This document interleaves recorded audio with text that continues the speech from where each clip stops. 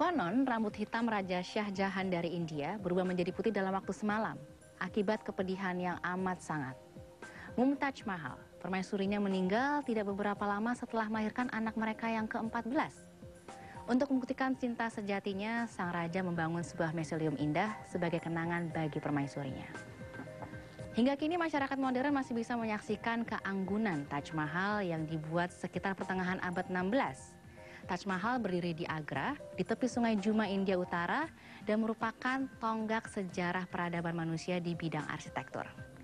Selamat malam pemirsa, jumpa lagi di One Fine Day bersama saya Syara Firisya, dan kali ini saya ditemani oleh Bapak Matius Yusuf. Ya Pak, gimana sehat Pak? Sehat luar biasa Syara. Alhamdulillah. Nah Pak, kalau tadi kita mendengar latar belakang dari Taj Mahal, ternyata rasa cinta dan kesetiaan seseorang terhadap pasangannya itu bisa diwujudkan dalam bentuk bangunan ya Pak ya? Betul. Cinta kepada pasangan hidup juga bisa diberikan dengan berbagai cara. Gitu ya, bisa Pak, ya? mulai dari cara memberikan bunga. Oh iya. Tapi sekarang zaman dengan cara bunga aja kurang dah ya. Jadi bunga bang ya Pak ya? Bunga bang atau memberikan properti ya. Gitu memberikan ya, Pak, seperti ya? Taj Mahal itu zaman dulu aja sudah memberikan ungkapan cinta itu berupa gedung seperti Taj Mahal. Nah, tapi kalau kita melihat bangunan-bangunan pada zaman dulu gitu ya Pak ya, itu juga udah bagus-bagus sekali ya Pak ya. Mulai dari arsitekturnya sampai ke desain interiornya ya Pak ya. Berarti dari dulu sudah ada kreativitas itu. Tapi mungkin dikembangkan terus gitu ya, sesuai kreativitas dengan dalam bentuk bangunan. Bangunan sekarang ada dalam bentuk yang kita sebutkan high rise building, rumah-rumah biasa, dan kita berbicara ada perkantoran, apartemen, mall dengan kreativitas yang dilakukan dengan interior yang terbaik pada saat ini, tentu sesuai dengan zamannya ya. Tapi kalau kita lihat ya di Jakarta saja nih, dari Jalan Jenderal Sudirman sampai Tamrin, itu kan banyak sekali ya bentuk-bentuk gedung yang bervariasi. Itu baru di Jakarta aja ya Pak ya. Apalagi yang di mancanegara ya Pak ya. Nah pemirsa di rumah juga pasti penasaran nih, ingin tahu seperti apa sih bangunan-bangunan unik yang ada. Langsung saja kita lihat ya. Kreativitas manusia kadang berupa imajinasi liar yang tidak pernah terlintas di benak kebanyakan orang yang diaplikasikan ke dalam bentuk bangunan. Berikut ini 5 bangunan unik versi One Fine Day. Longaburger.co, Ohio, USA. Ini bukan keranjang sembarangan. Adalah Dave Longaburger yang mendesain kantornya sendiri dengan bentuk yang tidak lazim tersebut. Keranjang ini mulai digunakan sebagai home office dari Longaburger Company. Gedung piano China.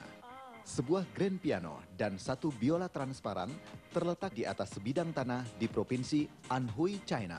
Dengan konstruksi biola yang rumit, gedung piano ini menjadi daya tarik wisata serta landmark dan kebanggaan penduduk di kota Huainan.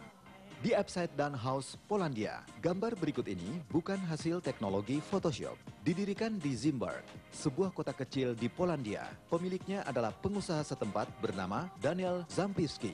Proses pembangunan memakan waktu 114 hari. Rumah sepatu Amerika Serikat. Jangan salah sangka dulu. Ini bukan sepatu milik Gulliver yang terletak di Pulau Lilliput. Sepatu ini adalah rumah milik Kolonel Mahlom M. Haynes, seorang ahli pembuat sepatu. Terletak di Hallam, Pennsylvania, Amerika Serikat. The Dancing House, Republik Ceko. Bangunan ini adalah hasil kolaborasi dua arsitek, yaitu Vlado Milunik, kelahiran Kroasia, dan Frank Gehry, asal Kanada. Pembangunannya memakan waktu 2 tahun, dari 1994 hingga selesai pada tahun 1996. Wow. Wah, luar biasa. Ya. Imajinasinya luar biasa ya Pak ya. Betul. Kok bisa ada gedung berbentuk keranjang gitu kan ya. Pak ya? Tapi bukan hanya eksteriornya yang bagus seperti itu, tapi jangan lupa interiornya juga sangat penting. Makanya nggak heran kalau sekarang tuh banyak sekali Pak buku-buku tentang desain interior ini. Karena memang banyak sekali peminatnya Pak. Benar. Kalau kita berbicara tentang arsitektur ya, sebenarnya sudah ada sejak zaman dahulu Zaman dahulu ya Pak Zaman 1 abad sebelum Masehi aja sudah ada, yaitu arsitek ternama dari Romawi, namanya Marcus Polio ya. Dia menulis satu buku De Architectura. Dia mengatakan fungsi bangunan itu sebenarnya ada 3 fungsi. Mulai dari yang pertama, firmitas. Firmitas itu kita berbicara tentang kekokohan bangunan. Satu bangunan itu yang paling penting ada yang disebut dengan konstruksinya harus kokoh dulu, yaitu yang pertama. Yang kedua yang disebut dengan utilitas. Penggunaan daripada setiap ruangan, penggunaan bangunan itu penting sekali. Yang ketiga yang disebut dengan venustas. Venustas itu tentu estetikanya, interiornya. Jadi dengan adanya 3 fungsi ini, kata Marcus Polio, baru lengkaplah. Nah betul sekali Pak. Dan di Indonesia ada seorang arsitek perempuan. Beliau ini juga rajin sekali menulis buku-buku tentang desain interior Pak. Benar. Maksud Syara pasti Imelda ya, yang sangat terkenal itu. Loh iya betul Pak. Bukunya sudah masuk di Singapura ya. Dan di Singapura itu adalah wajib baca ya bagi orang-orang Singapura. Oh gitu ya Pak ya. Dia menulis satu buku Indonesian Architect. Langsung saja kalau gitu kita undang Pak Mbak Imelda Akmal. Apa kabar? Baik sekali. Selamat datang di One Fine Day, Imelda. Terima kasih, senang sekali bisa Tetap di sini. Semangat Pak. ya. Tetap semangat. Mbak, kesibukannya sekarang apa aja sih Mbak? Sama seperti sejak 15 tahun yang lalu, kita ini studio buku arsitektur dan interior memproduksi buku-buku arsitektur dan interior. Nah pemirsa, obrolan kita malam ini semakin seru. Anda jangan kemana-mana karena setelah ini kami juga masih akan melanjutkan ya obrolan kita ya Pak ya. Tapi jangan lupa pemirsa untuk follow Twitter account kami di @onefineday_tv karena Anda bisa menangkan 2 buah jam tangan Revel dari Time International. Tetap di One Fine Day.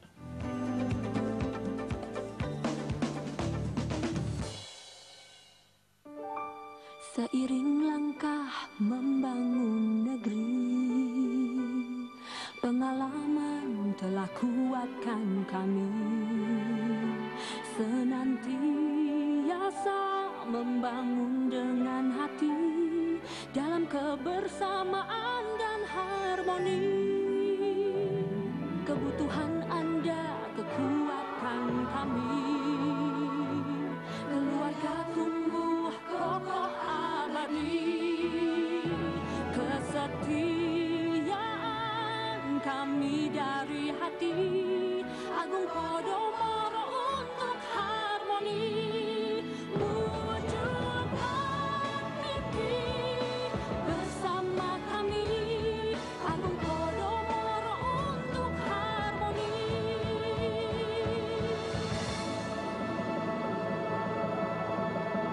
Agung Podomoro untuk harmoni.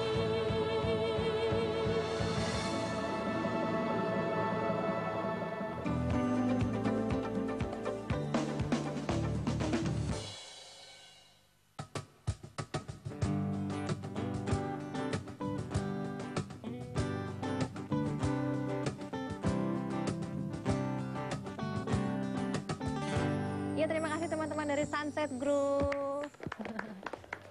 Ya pemirsa, decorate your home.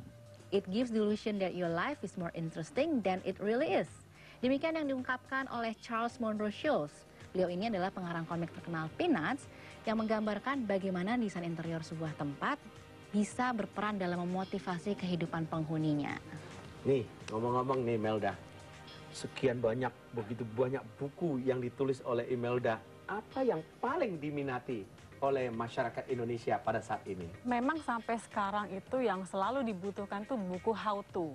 Buku guide atau buku petunjuk bagaimana caranya mendesain atau menata rumah atau interior. Sebenarnya apakah kreativitas ini mempengaruhi buku-buku yang ditulis? Oh sangat, dalam semua sisi. Pertama kreativitas desainernya. Di dalam buku ini kita menseleksi desain-desain yang sangat kreatif, juga sangat progresif dan inovatif. Kemudian ketika kita menyusunnya menjadi sebuah buku perlu kreativitas lagi. Betul. Sekarang kan sudah terjadi pergeseran ya Sarah ya.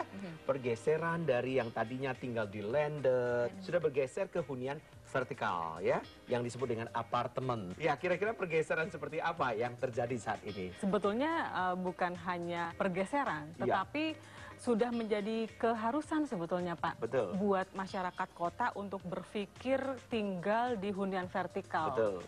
Karena ketika dia tinggal di hunian vertikal, itu akan tercipta ruang terbuka hijau di kota yang lebih baik. Iya, Setuju sekali. betul. Memang ada perbedaan yang cukup signifikan ketika kita berpikir untuk menata interior landed house dengan apartemen atau hunian vertikal. Kenapa?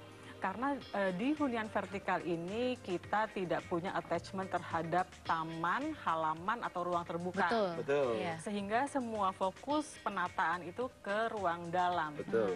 Dan juga satu lagi hal adalah tidak ada kemungkinan untuk mengembangkan ke atas atau ke samping. Iya. Semua penataan itu bedanya adalah bagaimana kita fokus ke dalam sekaligus interiornya, sekaligus bagaimana caranya menata yang sangat efisien sehingga setiap jengkalnya berfungsi dengan baik. Tidak ada dibuang ya. Tidak ada yang kita juga harus pintar-pintar menata bagaimana ruang yang ada itu menjadi terasa lebih luas dan lebih nyaman. Itu ada tata cara interiornya juga tuh tips-tips. Sebelum kita menata ruangan yang seperti yang kita inginkan, itu faktor apa aja sih yang harus kita perhatikan? Ketika kita membeli hunian vertikal, kita sudah mendapat fisik ruangan kan. Jadi pertama yang harus kita lihat adalah layout ruangan.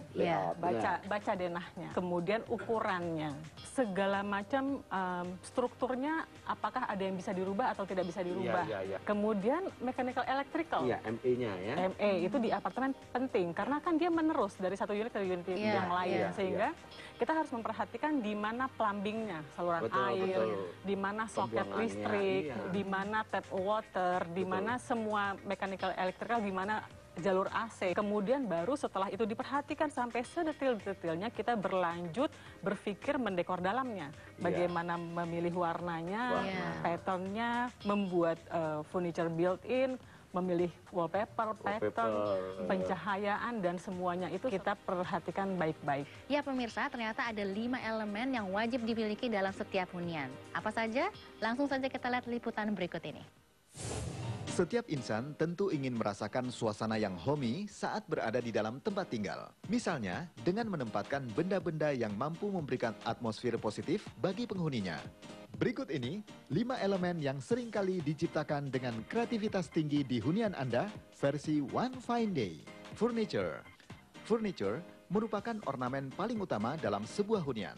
Furniture harus memiliki nilai seni dan estetika desain sehingga dapat menciptakan suasana ruang seperti yang diinginkan oleh penghuninya. Lukisan. Bangsa Cina membuat lukisan untuk mengekspresikan berbagai gagasan. Lukisan juga merupakan salah satu bentuk untuk mengekspresikan harapan, keyakinan, bahkan untuk menyampaikan doa. Lighting. Seperti kita tahu, lampu adalah sumber penerangan bagi manusia. Lampu hias memiliki bermacam bentuk, dari yang modern, etnik, sampai klasik. Lampu jenis ini berfungsi untuk menghias ruangan dan memberi aksen sesuai tema rumah yang ingin ditampilkan. Tanaman. Kehadiran tanaman dalam sebuah ruangan, selain sebagai pemanis, juga memiliki fungsi yang penting. Warna hijau yang terdapat dalam tanaman mampu membuat ruangan menjadi lebih segar, nyaman, dan indah. Cermin. Cermin tidak harus selalu diletakkan di dalam kamar tidur ataupun kamar mandi. Di ruang utama rumah, cermin dengan bentuk-bentuk artistik bisa digunakan untuk menambah cahaya pada ruang tersebut. Cermin yang besar kadang bisa membuat sebuah ruang kecil menjadi terasa lebih luas. Wah, ternyata kalau kreativitas memang tidak ada batasannya ya, Mbak ya, Pak ya. Betul sekali. Apalagi kalau kita melihat tadi desainnya juga menarik sekali, unik-unik gitu ya, dan juga ada elemen yang menarik tadi, menarik perhatian saya. Lampu itu ternyata nggak hanya menjadi alat penerangan, tapi juga bisa mempercantik ruangan ya, Mbak ya? Pasti ya. Oh, sangat. Lampu itu pertama memang fungsinya penerangan, tetapi sesungguhnya yang lebih penting adalah lampu itu menciptakan suasana. Kemudian juga menciptakan mood tadi dan atmosfer. Jadi bagaimana kita menggunakan lampu yang banyak juga, tapi tetap bisa saving energi. Dengar-dengar nih ya Pak ya, di Super Blok Podomoro City ini juga ada hunian yang memiliki smart lighting. Inilah satu persembahan terbaru dari Agung Podomoro Land, namanya Madison Park at Podomoro City. Dan betul-betul kita memakai smart lighting. Kemudian yang hebatnya, di setiap kamar mandi kita, kamar mandi di dalam unit tersebut, kita memberikan smart lighting, yaitu masuk kamar mandi, lampunya nyala sendiri. Oh begitu ya Pak? Iya, keluar dari kamar mandi selesai, dia mati sendiri. Dan kalau kita lupa memadamkan lampu, nah kita pakai iPad aja, telepon. Di luar ruangan kita bisa, kita matiin listrik. Nah Mbak Imelda, sebelum berpisah mau dong tipsnya, do's and don't-nya untuk penataan ruang, khususnya apartemen. Pertama ya, apapun yang kita lakukan, kita kembali dulu berpikir apa fungsinya. Apakah itu berfungsi dengan baik atau tidak. Baru kemudian kita beralih ke elemen-elemen berikutnya. Misalnya saja membuat furniture built-in. Betul. Utamanya untuk storage, penyimpan. Ini yang sering kita lupa. Ukur dulu ruang kita. Kemudian lagi soal warna. Intinya adalah bagaimana selain fungsional, membuat ruang dalam apartemen itu terasa lebih luas. Biasanya gimana tuh caranya? Kalau untuk warna, kita pilih warna yang soft, mudah, dan cerah. Warna-warna pastel, kemudian terang, itu membuat rasa ruang lebih luas. Bagaimana kalau cermin? Cermin sangat bagus buat interior terbatas seperti apartemen. Karena cermin itu akan menciptakan rasa melipat gandakan luas ruang. Iya, betul. Biasanya kalau di interior apartemen itu kita gunakan justru cermin yang lebar, bisa di belakang sofa. Cerminnya lebar. Jadi ketika kita melihat seperti ada ruang di balik situ. Padahal itu cuma sekedar rasa saja. Selain kaca di cermin, kaca di jendela. Nah, kaca di jendela ini sebaiknya dimanfaatkan, Pak. Betul. Karena seringkali kita lupa jendela ditutup pakai hordeng. Padahal dengan kita bisa melihat ke ruang luar, pemandangan di luar, itu akan kita memiliki rasa di dalam itu jadi lebih luas. Betul. Nah tadi pertanyaan juga ada don'ts kan? Don'ts-nya apa? Apa yang nggak boleh ya? Ini yang nggak boleh nih yang paling penting Pak. Etika berapartemen. Oh iya. Etika untuk hidup di apartemen itu sangat berbeda dengan landed house. Betul. Ada peraturan-peraturan yang harus diikuti. Nggak boleh pelihara dogi, nah, itu perlu yang juga. Kemudian mempertimbangkan tetangga sebelahnya. Biasanya di apartemen ada aturan-aturan khusus untuk itu. Nah sebaiknya memang cara hidup berapartemen dengan landed house itu akan menjadi beda sekali. Aduh Mbak Imel, terima kasih sekali ya. Saya yakin pemirsa di rumah juga mendengarkan informasi ini sangat bermanfaat buat kita semua. Sekali lagi terima kasih sudah hadir di sini. Ya pemirsa jangan kemana-mana dan jangan lupa untuk memfollow Twitter account kami di @onefineday_tv karena Anda bisa memenangkan 2 buah jam tangan Ravel dari Time International yang dibuat oleh watchmaker berpengalaman dengan desain yang unik untuk masing-masing karakter. Tetap di One Fine Day.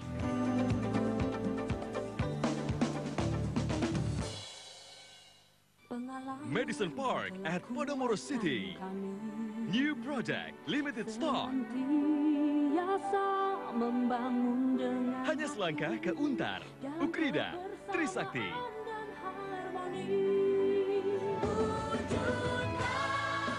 Hubungi marketing galeri kami 021 569 55111.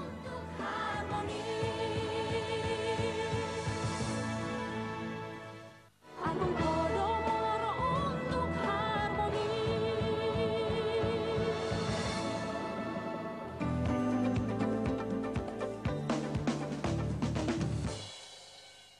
Ya pemirsa masih di One Fine Day dan tentunya masih bersama saya Syara Firisha dan Pak Matius Yusuf. Pak tadi seru banget ya kita ngobrol-ngobrol sama Mbak Imelda tadi ya Pak ya. Iya. Sebenarnya dapat kita simpulkan bahwa hunian dengan interior design tidak bisa dipisahkan. Betul sekali.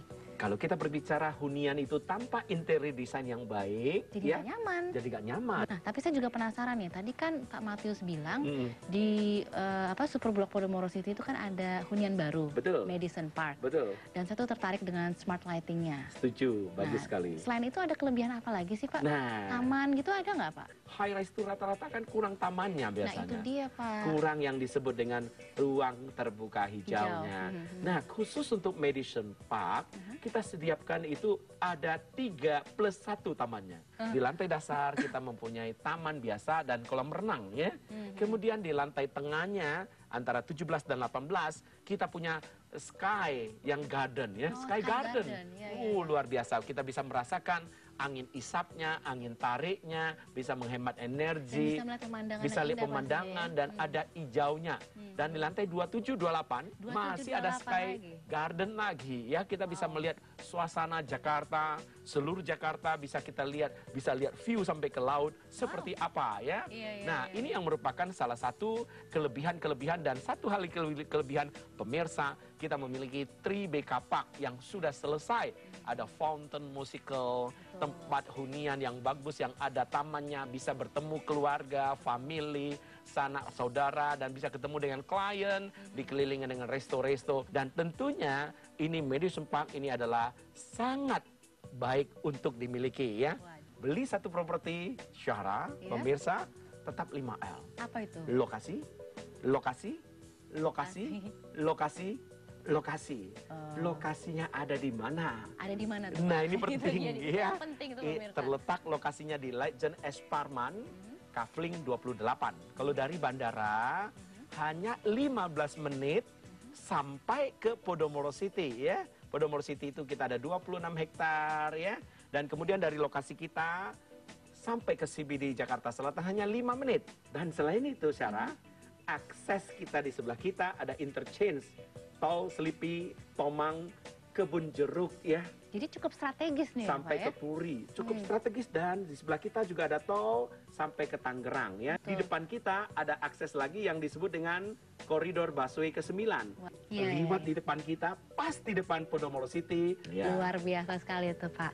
Tapi yang saya pasti penasaran ini, dan saya yakin pemirsa di rumah juga baru lihat dan baru dengar nih Pak.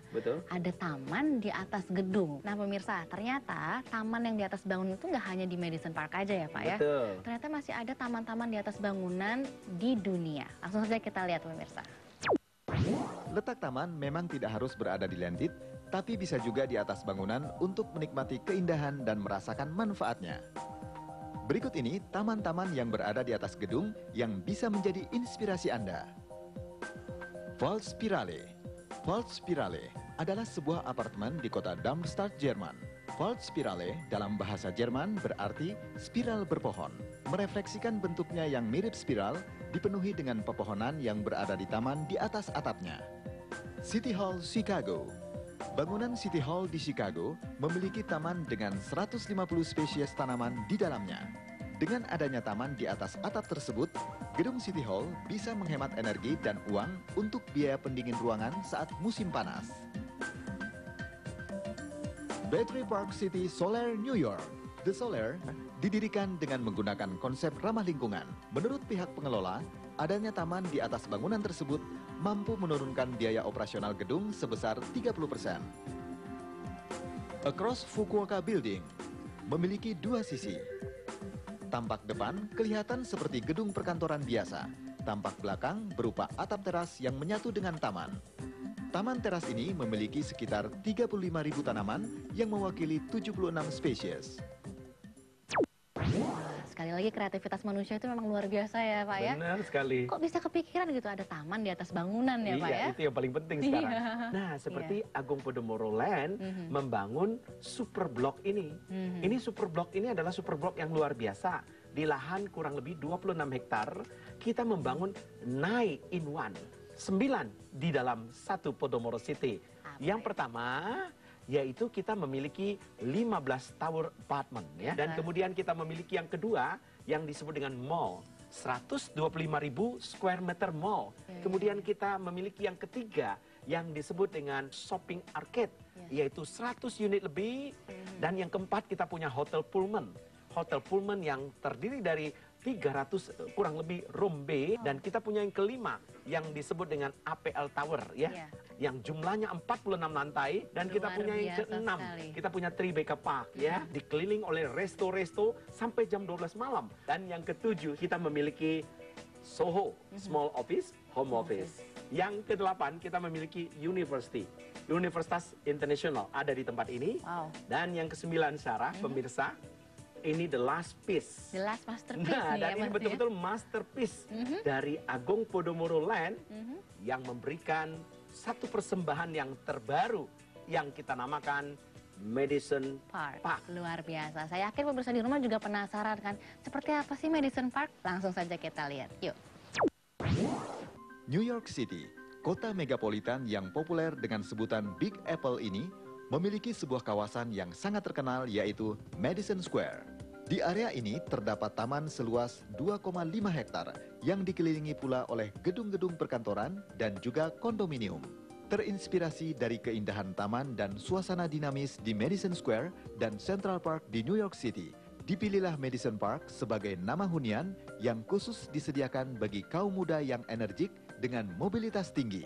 Terletak di kawasan Superblok Podomoro City yang sangat strategis. Seperti halnya Madison Square, Madison Park at Podomoro City memiliki taman-taman yang indah untuk memanjakan penghuninya. 2 taman terdapat di atas gedung, 1 di lantai dasar, dan yang paling besar ada di kawasan Central Park seluas 1,5 hektar. Madison Park memakai sistem smart lighting untuk menghemat energi, menyediakan free wifi untuk memudahkan para eksekutif muda yang harus membawa pekerjaannya ke rumah, dan akses card untuk memberikan rasa aman dan privasi bagi penghuni. Madison Park at Podomoro City mengakomodir semua kebutuhan kaum muda dengan berbagai kreativitasnya, menghadirkan suasana yang berbeda dari hunian-hunian vertikal yang pernah ada. Luar biasa sekali tuh ya Pak ya, Madison Park at Podomoro City. Luar biasa, betul. Iya. Ya pemirsa, tidak terasa sudah 30 menit kami menemani Anda, tapi sebelum berpisah saya mau mengingatkan untuk mengikuti kuis Twitter kami. Pertanyaannya adalah, apa nama bangunan di Agra, India yang melambangkan cinta dan kesetiaan seorang raja kepada permaisurinya? Jangan lupa untuk menyimak timeline kami di @onefinday_tv dan Anda bisa mendapatkan informasi terkini seputar gaya hidup. Saya Syara Firisya dan Pak Matius Yusuf mohon pamit, sampai ketemu minggu depan.